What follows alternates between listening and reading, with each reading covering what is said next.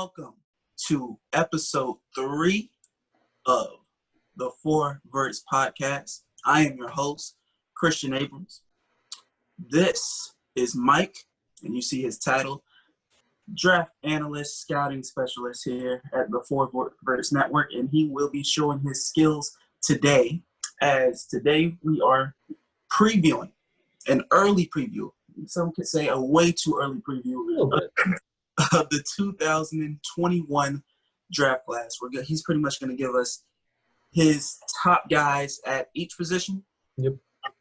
At each position going into the 2021 draft before the season starts. So you can't say that you never heard of these names. You can't say you didn't see these people coming, because Mike is here to give them to you. All right. So first things first, if you haven't already, do us a favor and subscribe to the channel, and subscribe to the channels that you will see in the description. All right. Now, of course, we're going to go ahead and start off with the most famous position, the biggest position in football, the quarterbacks.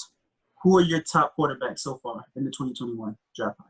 Well, I can say right off the bat, it is very nice to not have to be scouting quarterbacks for the Miami Dolphins this year. So number one is obviously Trevor Lawrence. Everybody knows that it's going to be Trevor Lawrence, maybe. But I'm not in the majority that think Trevor Lawrence is a superstar, bona fide, Andrew Luck caliber quarterback prospect. He is a very good prospect. He's got everything you want. He's got the size. He's got the cannon arm. He's got the athleticism. But where I have my concern is him getting to a third and fourth read, which is important to the pros. Okay, when he goes into the NFL or whichever team drafts him, he's not going to have T. Higgins. He's not going to have Justin Ross, where he can just say, all right, my third, fourth read's not there. I'm chucking it deep. So I have my concerns there. Number two for me, Trey Lance. I am absolutely in love with Trey Lance. His decision-making, his accuracy, his playmaking ability, his arm strength. I know he plays North Dakota State. They don't play that many good teams. I'm extremely excited to see North Dakota State versus Oregon in September if that game happens, so Trey Lance can show himself. Give me a quarterback that throws for almost 3,000 yards, there's 28 touchdowns, 0 interceptions, over 1,000 yards rushing, never loses as a starter. Give me that all day, every day. Number 3, Justin Fields. I like Justin Fields, but I have my concerns there as well. I have accuracy concerns about him. I have concerns about when he gets blitzed, he will freeze in the pocket, which if you watch him run the ball and see how good of a playmaker is, it's kind of weird because he is a fantastic playmaker with the ball in his hands. Number 3 for me is Brock Purdy out of Iowa State.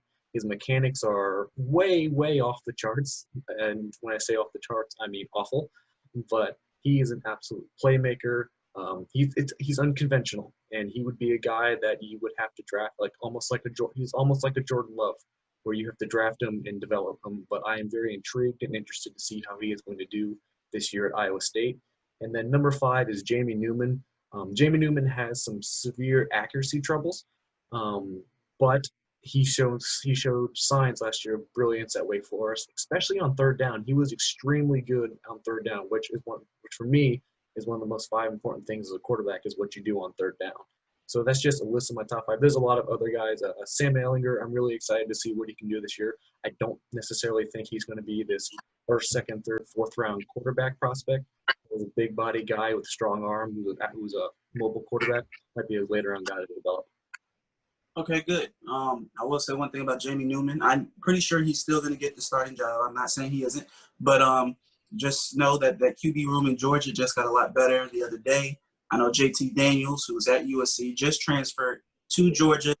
So there is pressure on Jamie Newman from that retrospect. If he can play, though, because remember, he's a sit-out.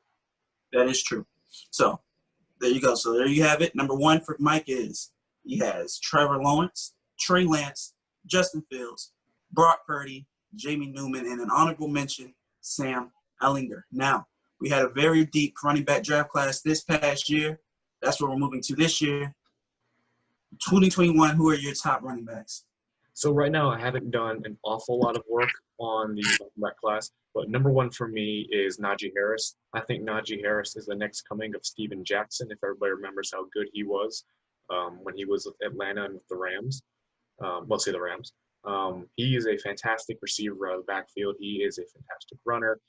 Going back and watching his high school highlights, they are absolutely ridiculous how dominant this man was. And I think this past season, really being the guy for Alabama was good. I mean, he was Tua. I mean, you see him hitting the back shoulder fade versus LSU on Patrick Queen from Tua in that game. He's just a fantastic for a guy who's so big and so like as a 6'2", 200, almost 40-pound running back. He's an incredible athlete. Number 2 was Travis Etienne. If you want a running back that's just going to hit it and go, that is your guy. He single-handedly won that game versus Ohio State for Clemson with his play. And then number 3 for me is Chuba Hubbard out of Oklahoma State. If he would have declared this year, I think that it would have been very close between him and DeAndre Swift for the first running back off the board until Clyde Edwards-Helaire went off the board first to Kansas City.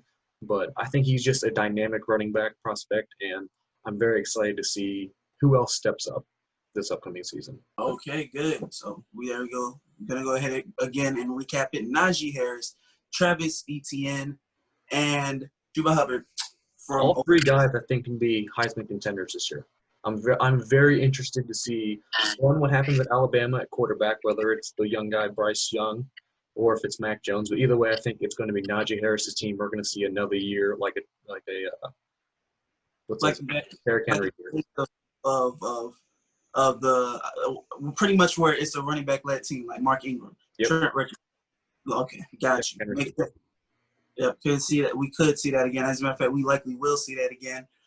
So now we're going to move on to the receiving group. Last year, again, had a very deep receiving group.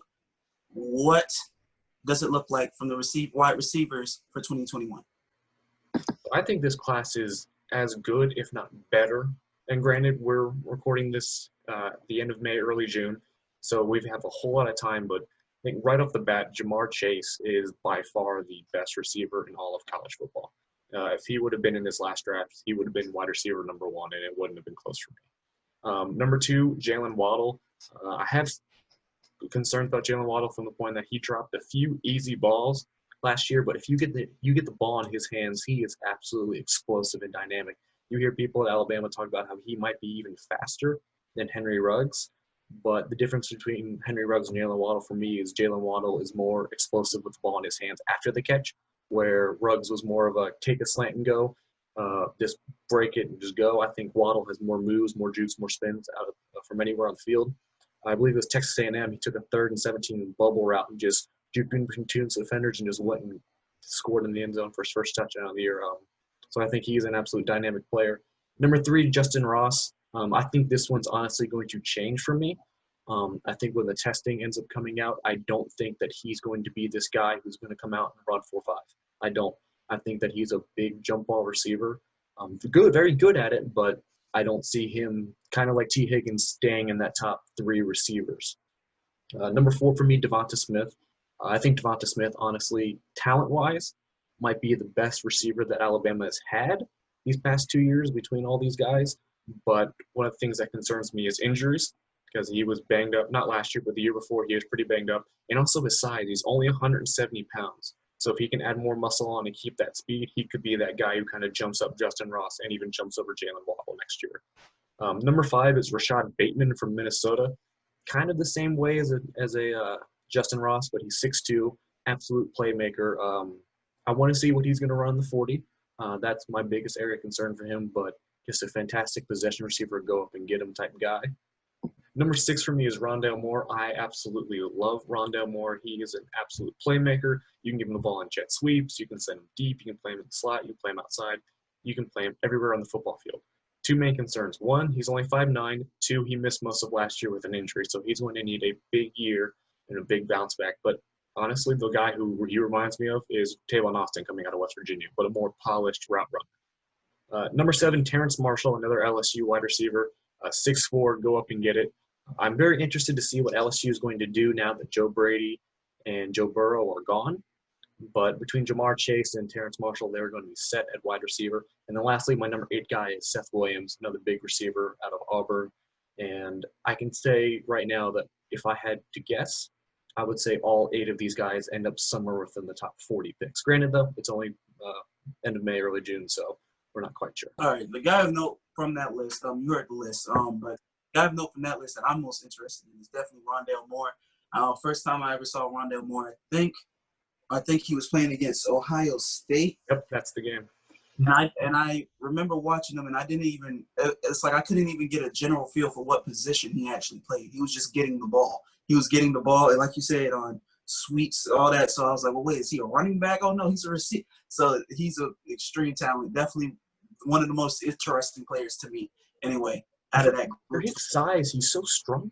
I mean, he has a fantastic center balance, and it's incredible for a guy who's not 200 pounds. He's only 5'9". If he can stay healthy, that's one of like the most exciting things about this receiver class is like, yeah, these are like my top 8 right now, but this list is going to change so much depending on how next season goes. But these are all guys who have so much talent and so much potential. It's good for the NFL that, in my opinion, outside of the main guys we've had, we need more good receivers in the NFL on Sundays. And between this draft class and this upcoming draft class, or this past draft class and this upcoming one, I think it's absolutely fantastic for the NFL. All right, now moving on.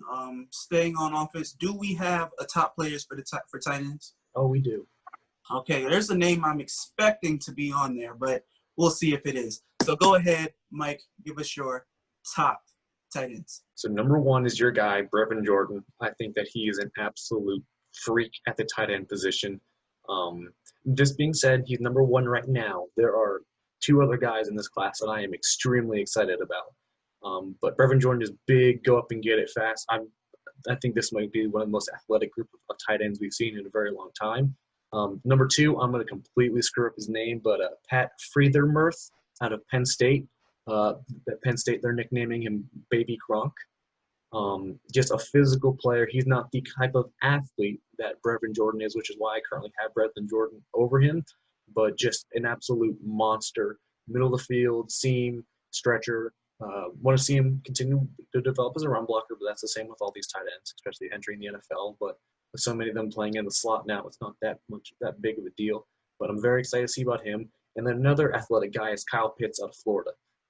Kind of in the same role as Brevin Jordan, I think a little less developed than Brevin Jordan is right now, but the sky is the limit for these 3 tight end prospects, and I think all 3 at the end of the day, considering how bad this last tight end class was, I think all 3 could end up being first-round picks next year. I must say, great list there, Mike. Love the tight end list so far. Brevin Jordan, people, I'm trying to tell you, he will stay at that number 1 spot this year. All right, now moving on to the big men up front.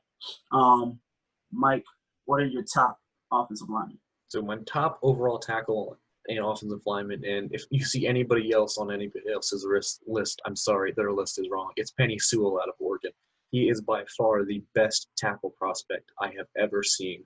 And he is an incredible, incredible athlete. He's extremely powerful. I don't think I've watched 7 of his games from last year. Honestly, the weird thing was I saw him while I was watching Justin Herbert. He caught my eye. So I was watching the game versus Arizona State, and Penny Sewell just caught my eye so much. He doesn't lose in pass protection. He's physical. If you go and you watch him on screens and watch him get out on some of their tunnel screens that's inflated Justin Herbert's completion percentage, he is just an absolute fantastic player. And I am so hopeful the Houston Texans are awful next year so that the Dolphins have a chance to get him to protect Tua. Number 2 is Samuel Cosmi out of Texas, another big offensive tackle. Number 3, Trey Smith out of Tennessee, was one of the best tackle recruits in the entire nation. Has had some blood clot issues, and then he moved over to left guard this past season for Tennessee. And I think honestly, if he would have came out during this last class, he would have been a first-round pick. Aside from the whole nobody was able to see anybody with the medical situation, his play is a top 5, top 10 pick as a guard. He is an absolute mauler in both the pass and run game. Number 3 is Jalen Mayfield out of Michigan. Just a big, solid tackle prospect. And then I have Creed Humphrey out of Oklahoma, who I think is the best center prospect in the past 2 years. He's big. He's powerful. He can honestly do it all. And if you watch him in pass protection, he has this uncanny ability to always know and set up where – he knows where his quarterback is. So he knows how to set up to where if he's got a guy rushing left A-gap, he's going to steal off that A-gap because he knows his quarterback's on the right side. So I think he's just an overall really good player. And then lastly is Alex Leatherwood, who I will admit I haven't gone too deep into the offensive line yet. But Alex Leatherwood is an interesting guy because on tape, I don't necessarily see a first-round offensive lineman.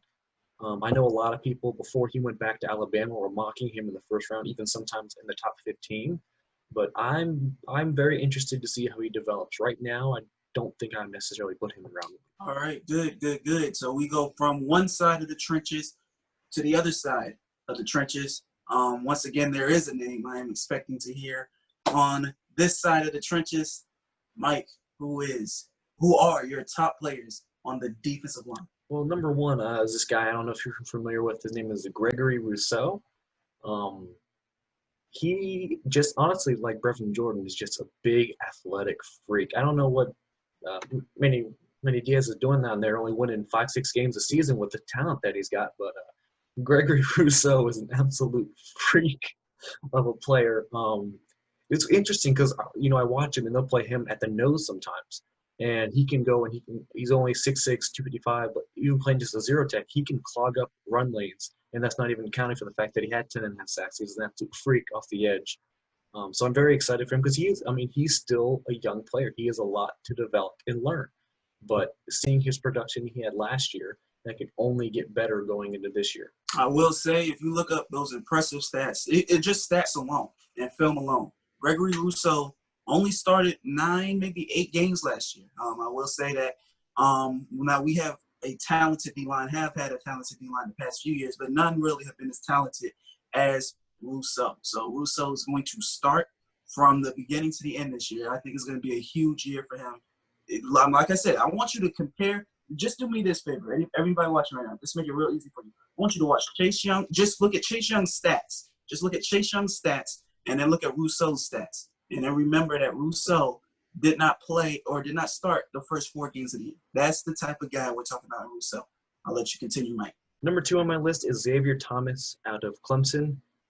He is an absolute freak again. I mean, that's the common theme that you're going to find among edge rushers. To me, the best athletes on the football field are always the edge rushers, especially these 6'6", 240, 250-pound guys who are going to end up running some ridiculous 40 time. Clemson's always produced very talented defensive ends, defensive linemen, and I think Xavier Thomas is going to be the next in line for their explosive, fast burst off the edge. I'm still really excited to see what he can do next year. Number 3 is Joe Tyrone out of Washington. 6'5", 265-pound physical defensive end. Had 8.5 sacks last year. Another guy who can continue to develop more pass rushing moves, and that's one of the constant things with a lot of these young guys is, in the NFL, you need to have a counter for the counter. If you're a guy who lives and dies on the swim and a spin move, guys are going to see that on film. And that's one of the big things with all these guys is just going to continue to develop their pass rushing skills. And then number 4 is another guy you'll be familiar with, Quincy Roach, the now Miami Hurricane who transferred from Temple. He's not the biggest guy in the world. So I think if most schemes he's going to end up being a 3-4 outside linebacker, you're not going to ask him to play a 4-3 end to set the edge. But you're going to put another just athletic guy on the edge and just go after quarterbacks. So those are my top 4 right now. List subject to change. So let me get this straight. We have 2 Miami guys. You've had 3 Miami guys in my top list so far, and that's still only going to win 6 games. Funny, no. We got the offensive coordinator this year. We're ready to roll this year. If the season actually happens, that would be fitting. We get a quarterback and offensive coordinator. And it's like, oh, yeah, no, actually, you're not going to be playing. But there'll be some type of football in some way. Now, we will move to the defensive tackles. Go inside. Who are your defensive tackles, top defensive tackles for this upcoming draft class? Number 1 is a guy that Ed Orgeron has given so much praise to, and that's Tyler Shelvin. He is an absolute mammoth of a man. And you can put him at a 1 tech, a 3, a 0, and you can just have him play. He is fit for any scheme. You can have him play the nose. You can have him just play a regular defensive tackle. You don't have to take him off the field on 3rd downs. Maybe. So you have to see where his conditioning is, especially for a guy that's as big as he is. But I'm really excited to see what he can do this year. Number 2, Marvin Wilson out of Florida State was a guy that a lot of people kind of had mocked in that late 1st, early 2nd round range this last season. I think if with another year of development, could push himself into more of a top 15 discussion. And then lastly is LeBrian Ray, who I think is going to take over that role that Raekwon Davis has played for the last 4 years. Hopefully he plays a little bit better than Raekwon did these past 2 years because Raekwon was down. And if he does, he can find himself as a first-round pick next year. All right, so now we are moving out of the trenches, slimming down a little bit, getting a little bit faster, and we are moving to the linebackers on defense. Mike, who are your top linebackers for this upcoming draft class? So I only have two right now. The linebackers are really the group that I need to dive into the most, and they're the two guys that everybody's going to have at the top of their list, or should be this time of year. Micah Parsons out of Penn State and Dylan Moses out of Alabama. Micah Parsons is just a fantastic player at the middle linebacker spot. I will say my concerns with him are that he tries to make every play a splash play, where if he has a chance to, if he thinks he has a chance to go make a 3-4 yard tackle for loss in the backfield, he's going to shoot the gap, and that's going to cause him to miss gaps, to miss assignments sometimes, and guys are going to be able to bounce outside. He needs to learn that, getting a tackle on a 2-yard run is just as good in most situations as getting a 1-yard, 2-yard loss. So I think as he develops that and continues to develop in coverage, I think that out of between these two linebackers, that he has the best chance to be a top 10 pick as a linebacker, which I don't think we've had a linebacker go, like a true off-ball linebacker go in the top 10 since Luke Kuechly, maybe? That sounds about right. Now that I think about it, I can't off the top of my head. And this is just me thinking of like the top linebackers in the NFL right now. None of those guys I don't think went that high. That you could be right on that. Luke Kuechly. Yeah, Luke Kuechly might be. When did Luke Kuechly get drafted? He got picked 9 because he got picked right after Miami took Ryan Tannehill. Ryan Tannehill, GOAT. That's what you meant to call him. I mean, I'm happy. I'm one thing away from a Super Bowl. Oh, I am so happy he didn't play in a Super Bowl in Miami. Oh, that would have been great. Oh, that was just there's been so much trouble. So fitting. Can you imagine if Miami drafted Justin Herbert in a year where Ryan Tannehill won the Super Bowl in Miami? That would have been maybe in the alternate universe. I'd love to peek through and see how that went. All right, now, so we have the linebackers. So we're going to move to the cornerbacks. Mike, who are your top cornerbacks in this upcoming draft class? Number 1 for me is Patrick Surtain Jr., son of former Miami Dolphin great Patrick Surtain. Just an absolute dog as a corner, honestly. He started every year since he got to Alabama. He started as a true freshman, which happens at Alabama, so mostly receiver. But he's played absolutely outstanding in the SEC. He's got the height, he's got the speed. I'm very excited to see what he does this upcoming season. Number 2 for me is not an Ohio State corner this year. It is actually Israel. I'm going to mess up his last name. Makuamu. I apologize to Israel, but he is everything that you want in a corner. He is 6'4". He's going to run a 4.4 or 4.6. He's out of South Carolina. He's going to run a 4.45 or 4.4, somewhere around that range, hopefully. With big, physical, press man corner that, everybody in the league has always been going after those Seattle-style corners ever since the Legion of Boom, and he is next in line there to kind of take over that role. Number 3 for me is Shaun Wade out of Ohio State. It'll be another first-round pick at corner for Ohio State. My big concern with him is moving out of the slot. He's played a lot in the slot over these past few years, and a lot of people thought if he came out last year, he might have been a mid to late first-round pick. Well, now he has a chance to go back and earn that Ohio State top 5, top 10 pick role and cement it if he plays well on the outside. Number 4 for me is Caleb Farley out of Virginia Tech. He is 6'2", an absolute burner as a corner. He's just extremely, extremely raw. And if he can continue to come into form as a cornerback with Bud Foster leaving, we'll see what happens in the shortened offseason. We'll see what happens. He did have a knee injury as a freshman, so we will see how everything holds up this upcoming season. But I think if he continues to develop, he can easily find himself in that first-round range. And then number 5 for me is Paulson Adebo out of Stanford, who I had as a first-round pick last year before he decided to go back.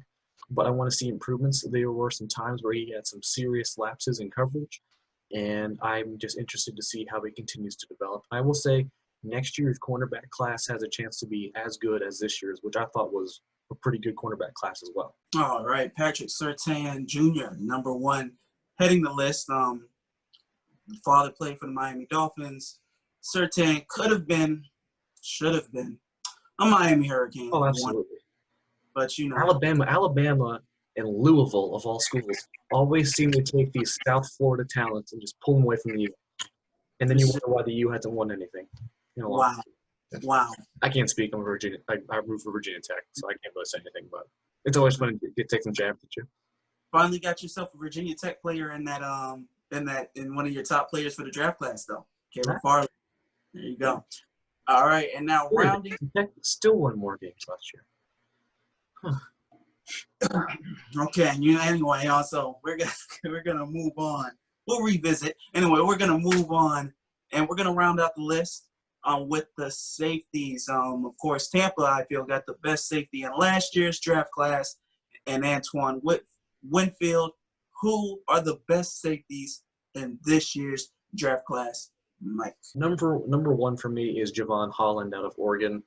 You can play him literally anywhere at defensive back. He reminds me an awful lot of Antoine Winfield Jr. He's bigger and taller, but, I mean, he is a fantastic nickelback. He is a fantastic free safety. You can probably play him at strong safety.